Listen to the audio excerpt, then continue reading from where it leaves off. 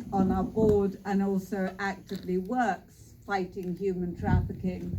So I'd like Patrick to say a few words about how this film relates to the issue of what is actually going on. Yeah, thank you so much, and thank all of you so much. I've probably seen 100 human trafficking films, and it's still so moving. One thing this time that just came to mind was a picture that I once saw. Michelle Guyman works with the probation department here in Los Angeles, and she takes care of traffic victims. And she showed this one picture to me once of a girl when she was I think about 13 before being trafficked, and then a picture of her 1 year later, and she was unrecognizable. Just what had happened to her and the trauma and how it affected her. And I could never forget that picture. And since then, there's been so many experiences. One thing that I realized, I started working about 2011 on the prevention of human trafficking, because these stories just are so heartbreaking. And if there's anything that we can do that would prevent this from happening, that's kind of where I invested my energy.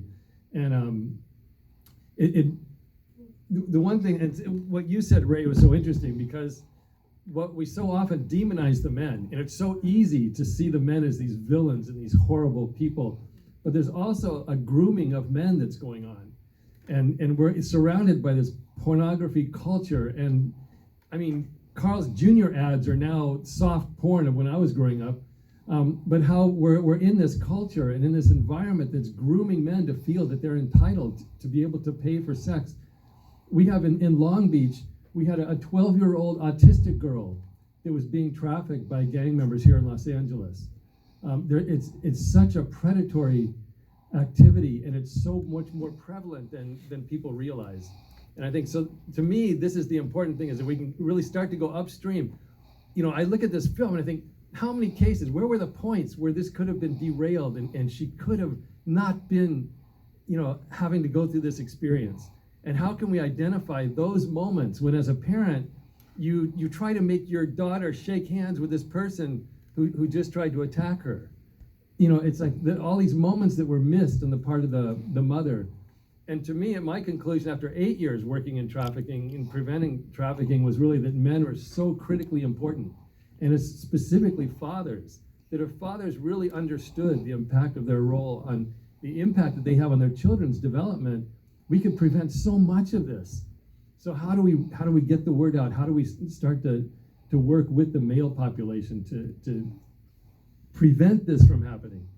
This is so much more, there's so much damage to try to repair once a person is trafficked.